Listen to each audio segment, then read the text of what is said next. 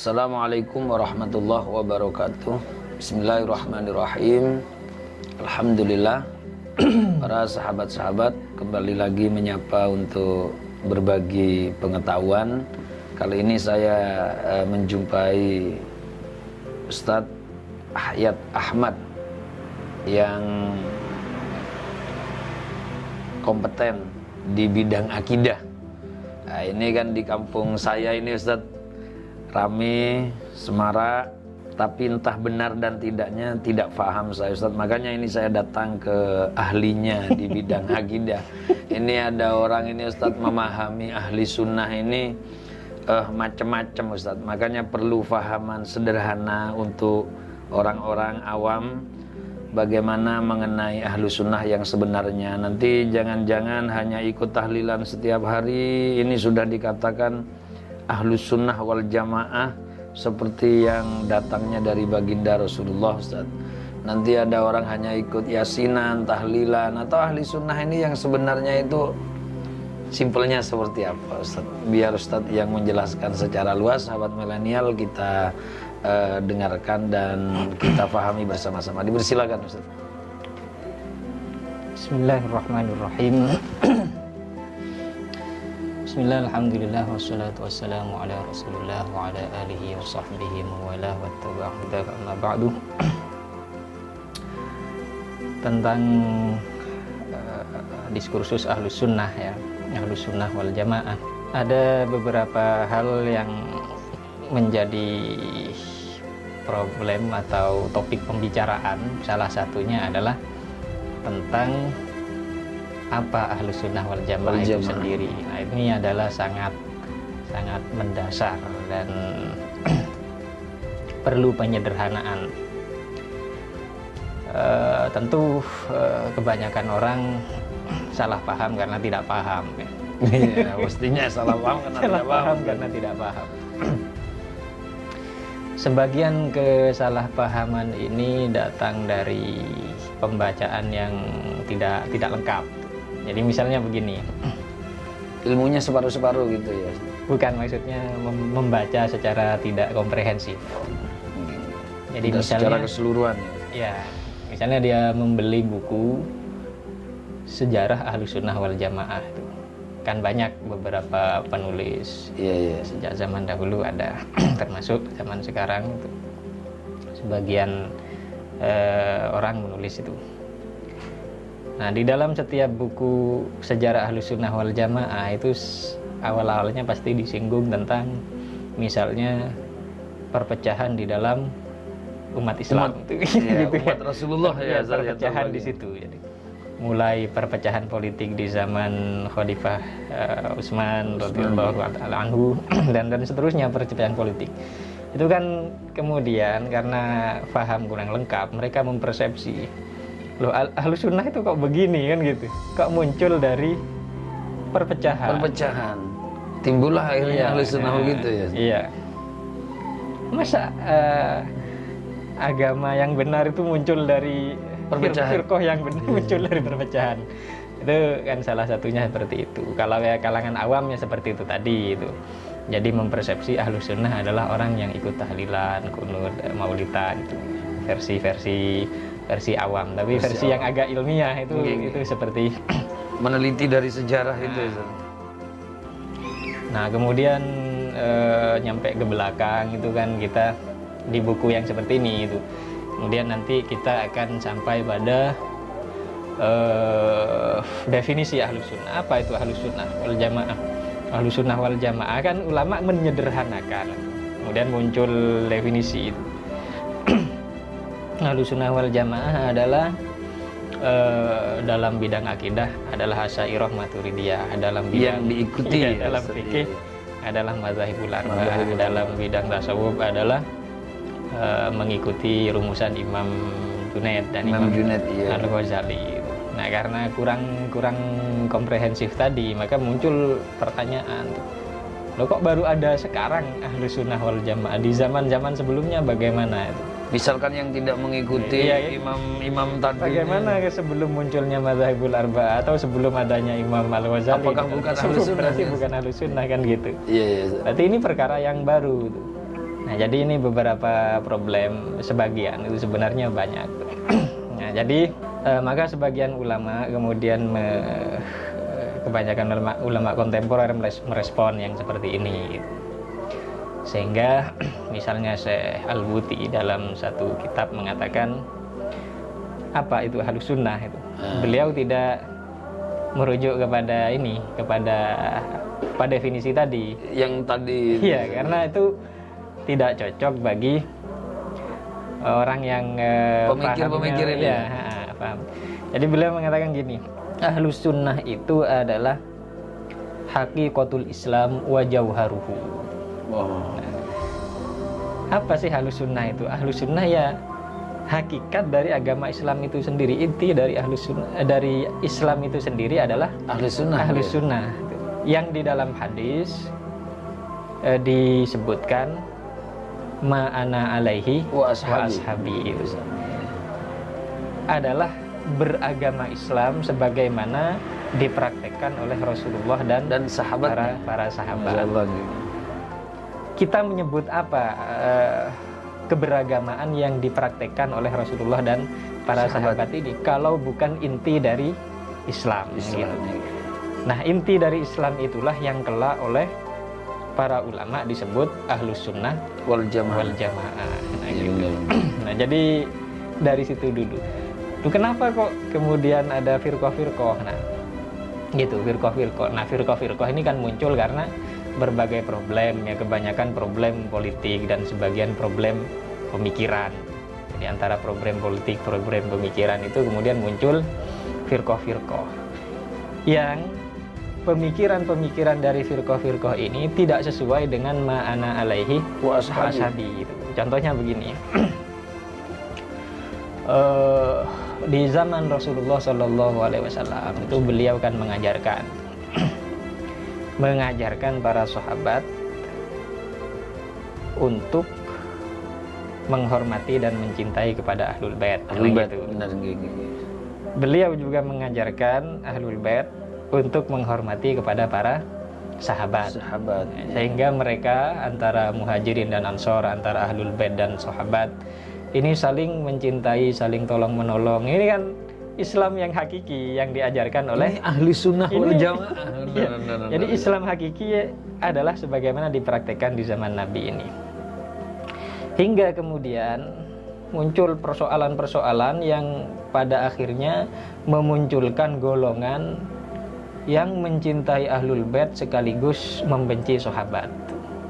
Kebablasan yang tadi ini. Mencintai Ahlul Bait sekaligus membenci sahabat. Ini tidak diajarkan oleh Nabi. Berarti bukan Ahli Sunnah yang semacam ini. Bukan, ya tidak sesuai dengan Nabi itu.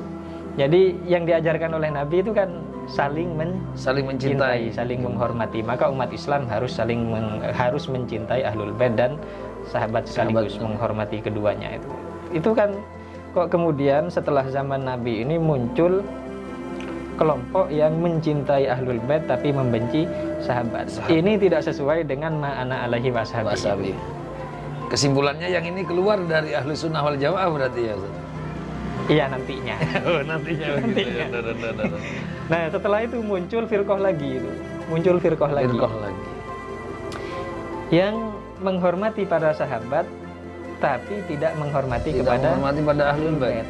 Nah, ini perkara baru juga, tidak sesuai dengan ma'ana alaihi washabi. Tidak sesuai dengan hakikatul Islam itu.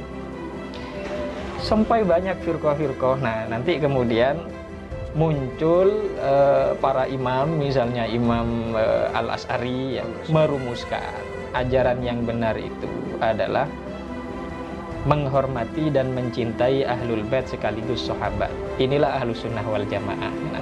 Nah, yang dikatakan oleh Imam Asy'ari ini apa? Apakah sesuatu yang baru? Bukan, tapi sesuatu mengekor kepada yang tadi. Iya. Kenapa ada rumusan ini? Karena membereskan problem yang terjadi setelah zamannya Nabi itu serta sahabatnya. Iya. Nah, jadi rumusan Ahlus Sunnah seluruhnya itu bukan perkara yang baru, tapi merumuskan apa yang telah ada dan ditetapkan di zaman Nabi. Kenapa kok perlu dirumuskan? Karena muncul subhat-subhat, pemikiran-pemikiran sesat, amalia-amalia sesat yang membingungkan umat waktu itu ya. Iya.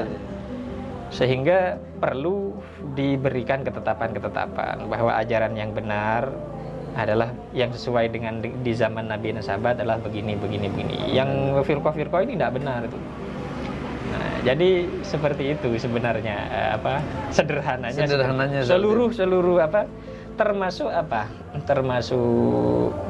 kita sekarang ini kan mengenal aqaid khamsin ya. Dulu kan ada aqaid khamsin kan.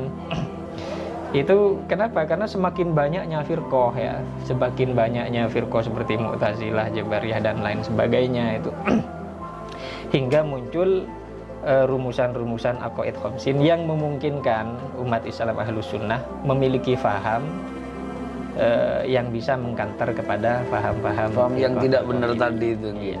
Bahkan kalau kita membaca kitab-kitabnya ulama akidah kontemporer, misal Kubro al-Yakiniyat al-Kauniyah, salah satu kitabnya Syalbuti. Iya. Nah, di situ di antara akidah Ahlus Sunnah wal Jamaah adalah harus memahami bahwa manusia ini adalah keturunan Nabi Adam, diciptakan oleh Allah dalam bentuk yang seperti itu, dalam bentuk yang seperti kita sekarang. Iya. Jadi tidak berevolusi, itu keturunan Nabi Adam dan diciptakan ala suratihi, dalam bentuk yang seperti Nabi Adam atau seperti kita saat ini. Jadi bukan dari kera. Jadi kenapa kok ada memahami seperti ini juga, ini termasuk paham ahli sunnah ini? Iya. Kenapa? Karena di dalam Al-Quran sudah jelas manusia adalah keturunan Nabi Adam. Tapi rumusan ini bahwa ini akidah Ahlussunnah tidak ada di zaman dahulu. Mengapa? Karena zaman dahulu Darwinisme tidak ada. Tidak ada problem seperti tidak sekarang. Tidak ada problem yang kemudian di sekolah-sekolah dasar, kemudian sekolah-sekolah menengah SMP itu yang menyimpulkan manusia dari kera, bahwa manusia evolusi dari kera. Dari kera. Akhirnya perlu muncul paham ini. Ya, lalu dirumuskan. Apakah sejak dahulu umat Islam tidak berakidah bahwa manusia ini keturunan Nabi Adam? Lu tetap berakidah. Hanya saja rumusan tidak ada masalah ini waktu itu. Tidak ada masalah sehingga tidak perlu rumusan. Mohon maaf Ustaz. Kalau misalkan seperti kita yang hidup di tanah Jawa ini Ustaz, gampangannya di NKRI ini, Republik Indonesia ini juga Ustaz. Ini kan juga ada problem. Mungkin seperti Syalbuti mengatakan perlu memaparkan bahwa manusia ini bukan revolusi dari kera, ya kan? Ya, ya. Kemudian memberi penjelasan bahwa masuk dalam pahaman akidah yang manhajnya mengikuti Imam Asy'ari, sekalipun tidak disampaikan waktu itu bahwa kita ini harus Ahlus Sunnah ini adalah orang yang meyakini bahwa manusia ini adalah keturunannya Nabi Adam. Mempunyai pengetahuan seperti itu Ustaz. Nah, kalau di sini Ustaz banyak Ustaz. Kemudian kalau ada kelompok-kelompok yang kelompok ini mengaku ini adalah paling ahli sunnah, lantas gimana Ustaz? Caranya merumuskan ini yang mau dikatakan yang paling ahli sunnah ini yang mana Ustaz? Apa kita perlu mengatakan ini ahli sunnah semua, tapi ini ada kesalahan-kesalahan, ataukah memang ini salah, tidak bisa dikatakan ahli sunnah karena akidahnya seperti ini, atau bagaimana Ustaz? Ya, ahli sunnah itu kan kembali kepada apa? Kepada yang saya katakan tadi, hakikatul Islam. Benar. Hakikatul Islam. Akan tetapi kita melakukan sesuatu atau mengamalkan satu hal atau memunculkan satu pemikiran disebut sebagai sesuai jalur Ahlus Sunnah, itu kan manhajiyah. Benar. Artinya apakah yang kita lakukan atau yang kita pikirkan, pikiran yang kita munculkan ini secara konsep keilmuan sesuai dengan rumusan para ulama atau tidak? Kalau tidak berarti? Kalau tidak ya berarti bukan ahli tidak sunnah. Sesuai ya.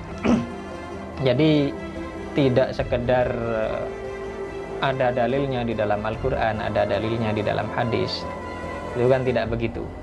Jadi di dalam agama itu kan ada tiga unsur ya. Tiga unsur. Pertama ada sesuatu yang disebut nusus, masodir, yaitu Al-Quran, hadis, sumber awalnya ya.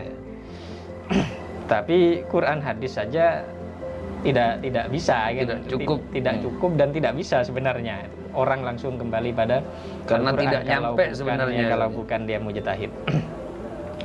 Maka yang kedua ada apa? Ada manhaj, ada metodologi. Yang metodologi ini sebenarnya digali dari Al-Quran dan hadis juga oleh para ulama. Sehingga ulama untuk memahami nas dan masodir ini menggunakan metodologi, dan metodologi ini tidak berubah-ubah karena sudah baku, sudah matang, dan bukan sesuatu yang dibuat-buat. Dia sesuatu yang dirumuskan. Yang merumuskan harus orang ahlinya memang. Iya, dan diakui oleh semua. Jadi misalnya seperti apa? Seperti ilmu nahwu ya. Sebelum ada ilmu nahwu, orang sudah bicara pakai ilmu nahwu. Hanya saja ilmu nahwu belum dirumuskan oleh Abu Aswad. Kan gitu. Benar. Bukan berarti di zaman Nabi, bahkan di zaman jahiliyah tidak pakai nahwu. Itu sudah sudah dipakai. Hanya belum dibukukan, dirumuskan. Begitu juga usul fikih kan begitu. Iya benar.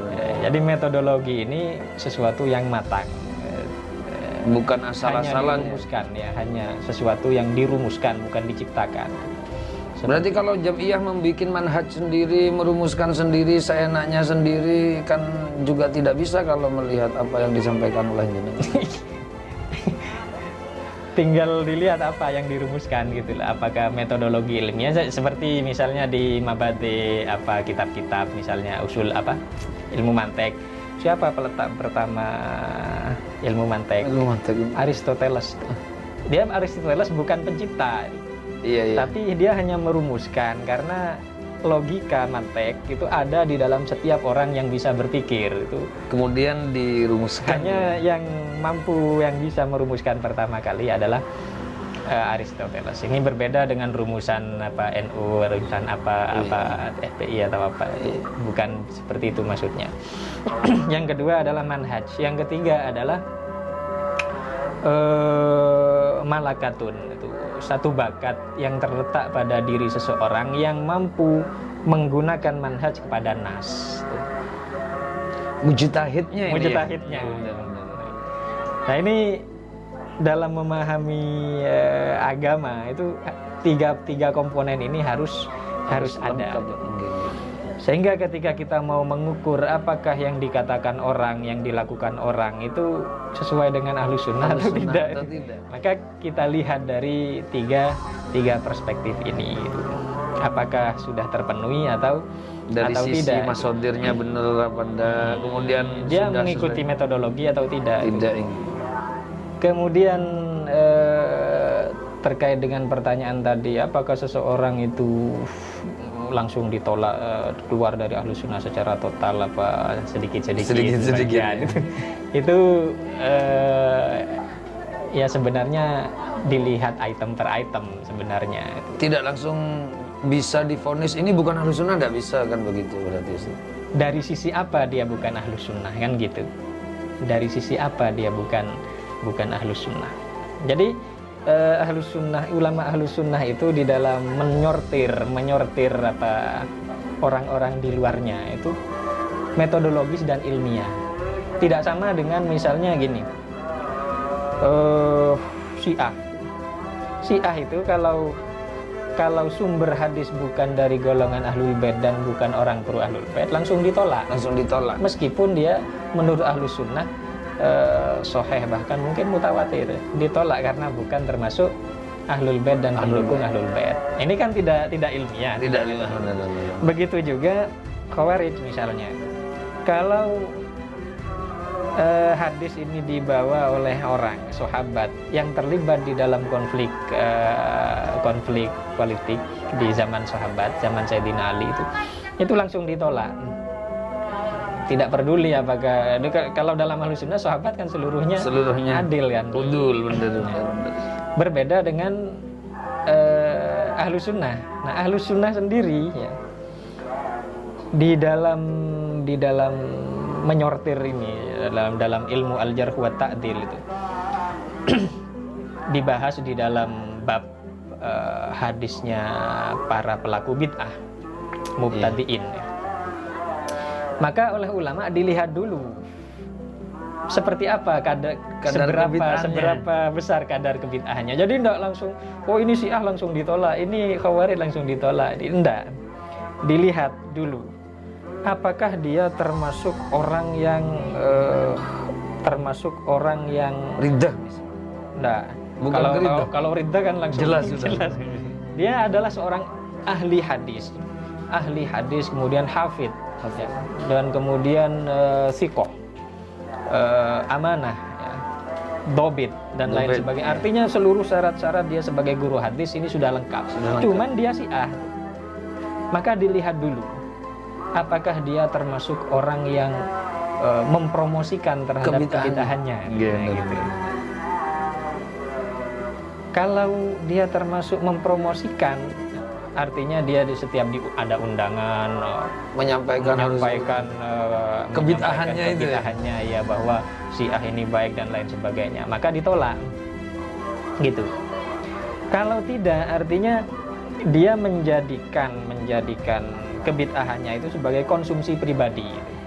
Ketika dia undangan kemana-mana hanya menyampaikan hadis sesuai dengan bidangnya, maka tidak promosi kebid'ahan. Tidak menyinggung-nyinggung sama sekali. Ini diterima ya Ustaz? Diterima. Akan tetapi sebagian ulama ada yang lebih ketat. Harus dilihat, ditinjau lebih dalam lagi. Apakah ketika dia menyampaikan hadis, itu dia menyampaikan hadis yang sesuai dengan kebid'ahannya atau tidak? Misalnya kalau Syiah, dia apakah menyampaikan hadis Fadhail Sayyidina Ali? Karena ini termasuk promosi, meskipun dia tidak menyampaikan promosi terselubung. Nah, kalau tidak begitu maka boleh diterima. Itulah sebabnya kenapa bahkan di dalam Sahih Bukhari, guru-gurunya Imam Bukhari terdapat sekitar 76 orang yang muttaham bibid'atihi. Jadi diduga. Dan ini kemudian kenapa kok di dalam Sahih Bukhari ada rawi-rawi seperti ini? Dijelaskan oleh Imam Ibnu Hajar di dalam Fathul Bari, dalam pengantarnya. Itu tidak masalah. Kenapa? Karena masalahnya begini. Dijelaskan jadi, yang seperti tadi. Berarti kalau seperti apa yang disampaikan oleh jenengan ini Ustaz, orang-orang yang diterima itu sekalipun sudah bid'ah, tidak mengajak dengan tidak promosi kebid'ahannya, kemudian hadisnya diterima, orang ini tetap masuk dalam ahlus sunnah ya Ustaz? Ya bukan. Bukan. Bukan. Bukan. Ini hanya secara untuk akidah tetap bukan ahlus sunnah. Bukan ahlus sunnah secara akidah. Hanya hadisnya bisa diterima. Hanya tidak segala hal yang muncul dari dia ditolak secara total. Mungkin sebagian orang ada, kalau di zaman sekarang ya ada orang yang Wahabi gitu, kan begitu. Ketika dia akidahnya Wahabi, misalnya meyakini pembagian tauhid versi Ibnu Taimiyah itu dibagi 3, maka dia bagaimanapun adalah Wahabi, kan begitu. Tapi dalam sudut pandang Ahlus Sunnah tidak semua hal dari dia mesti ditolak. Mungkin ada satu sisi pemikiran. Saya lebih ke arah gini Ustaz. Seperti orang-orang Wahabi ini apa bisa disebut Ahlus Sunnah juga Ustaz? Ya. Melihat dari jenengan di awal tadi bahwa hakikatul Islam ini adalah Ahlus Sunnah wal Jamaah. Ya. Jadi kalau hakikatul Islam, misalkan Islam itu orang ini ajarannya dari Rasulullah dan para sahabatnya, kemudian dirumuskan oleh imam-imam yang tadi disebut ini Ustaz. Kemudian ada kelompok-kelompok sekarang sudah sholat tapi mempunyai fahaman seperti Ibnu Taimiyah misalnya. Apakah ini sudah pasti bukan Ahlus Sunnah? Ataukah masih dikatakan Ahlus Sunnah tapi salah di bidang ininya gitu? Ya. Itu agaknya oleh para ulama itu diikutkan kepada akidahnya. Artinya kalau akidahnya bukan Ahlus Sunnah. Ya, Sunnah. makanya rumusan yang paling pokok di dalam Ahlus Sunnah seperti dijelaskan oleh Al-Imam Az-Zabidi. Idza utliqa Ahlus Sunnah fal murad bihi al-Asy'ariyah wal Maturidiyah. Itu kan bidang akidah. Mengapa kok tidak mengikutkan di bidang fikih, mengikutkan di bidang tasawuf? Karena ini adalah inti dari ini aslunya. Ya. Aslunya akidahnya itu asalnya. Jadi kalau akidahnya rusak, berarti fikihnya tidak perlu. Segalanya sudah tidak muktabar. Beda halnya misalnya orangnya sudah ahlus sunnah kan gitu ya. Orangnya secara akidah sudah ahlus sunnah. Tapi dia punya kecenderungan fikih yang liberal seperti iya, seperti yang terjadi sekarang. Terjadi mengikuti apa Ibnu Hazm dan segala macam itu. Itu dia sudah masih ahlus sunnah, bisa dikatakan sebagai ahlus sunnah secara akidah meskipun memiliki fikih yang menyimpang gitu. Yang mukhalif ya. Iya. Ya mungkin dia hanya dalam satu bab mengikuti Ibnu Hazm di dalam fikih, mungkin di bab-bab lain tidak. Berarti kalau ada perbedaan di fikih selain akidah Ustaz, ini tetap bisa, yang penting akidahnya sama dengan rumus yang ada di Imam Asy'ari lah ya. Ini berarti ahlus sunnah tapi asi ya Ustaz ya. Karena fikihnya ini ya Ustaz, mukhalif kepada yang ada di madhahibil arba'ah. Kalau yang sekarang ini Ustaz gimana? Yang seperti apa contohnya? Ya ada kelompok-kelompok di negara kita ini kan juga ada perkelompokan yang tidak ada kelompok ini di masa lalu, di zamannya Imam Asy'ari, atau di daerah Arab Saudi juga tidak ada, di Yaman juga tidak ada, di Mesir juga tidak ada. Ini kan ada firqah juga di sini. Ini yang apa ahlus sunnah semua gitu. Ya, menurut jenengan ini ya Ustaz. Seperti apa kelompok-kelompok ini? Mohon maaf ya, ada kelompok Nahdiyin, ada kelompok Muhammadiyah, ya. Ini kan juga kelompok ini namanya Ustaz. Kemudian ada apa namanya FPI. Ini muncul-muncul di kampung saya masih banyak kelompok-kelompok itu, organisasi itu. Iya, ada organisasi-organisasi yang sudah paten dikenal ya, memiliki ADRT, memiliki dustur kalau istilahnya di Yasin itu apa? Risalah Ahlus Sunnah wal Jamaah. Jadi mereka memiliki tata tertib atau ADART atau asas organisasi yang mengekor ke. Iya, ada yang tidak jelas organisasi ini, sekedar perkelompokan. Maka tentu di dalam mengukur sejauh mana dia masuk dalam ahlus sunnah atau tidak, bukan, tentu pertama dari landasan-landasan yang mereka pakai itu. Kan begitu, akidahnya seperti apa, rumusan mereka itu, kemudian fikihnya dan tasawufnya. Kan ini tiga hal yang tapi penting. Yang terpenting di akidahnya itu Ustaz. Ya, yang paling penting pertama di akidah. Berarti organisasi yang ada di negara kita ini Ustaz, apapun namanya, yang penting akidahnya mengikuti seperti rumusan, artinya rumusan Imam Asy'ari, yang ini dirumuskan dari apa yang ada di masa Rasulullah bersama sahabatnya, berarti ini tetap ahlus sunnah. Ahlus sunnah ya. Nahdiyin, ini kalau Nahdiyin sudah pasti Ustaz. Ya, tentu ini tidak terpengaruh, rumusan ahlus sunnah tidak terpengaruh oleh nama organisasi dan apapun gitu ya. Jadi yang penting sama dengan Asy'ariyah, Maturidiyah atau siapapun yang lain, Imam An-Nasafi dan lain sebagainya itu.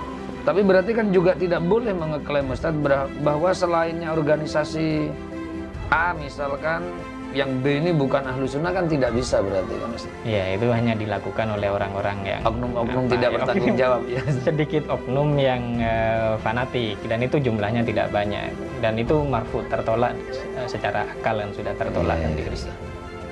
Ya, terima kasih Ustaz. Ini faham ahlus sunnah sudah cair di otak kami Ustaz bersama sahabat-sahabat milenial ini. Semoga ngerti betul apa yang dimaksud ahli sunnah dengan apa yang dipaparkan oleh Ustaz. Terima kasih Ustaz. Semoga selalu dilindungi dan dijaga oleh Allah. Ilmunya Ustaz banyak sekali. Kapan-kapan saya akan berkunjung lagi sama Ustaz ini. Semoga ilmu ini bermanfaat. Sahabat milenial, wassalamualaikum warahmatullahi wabarakatuh.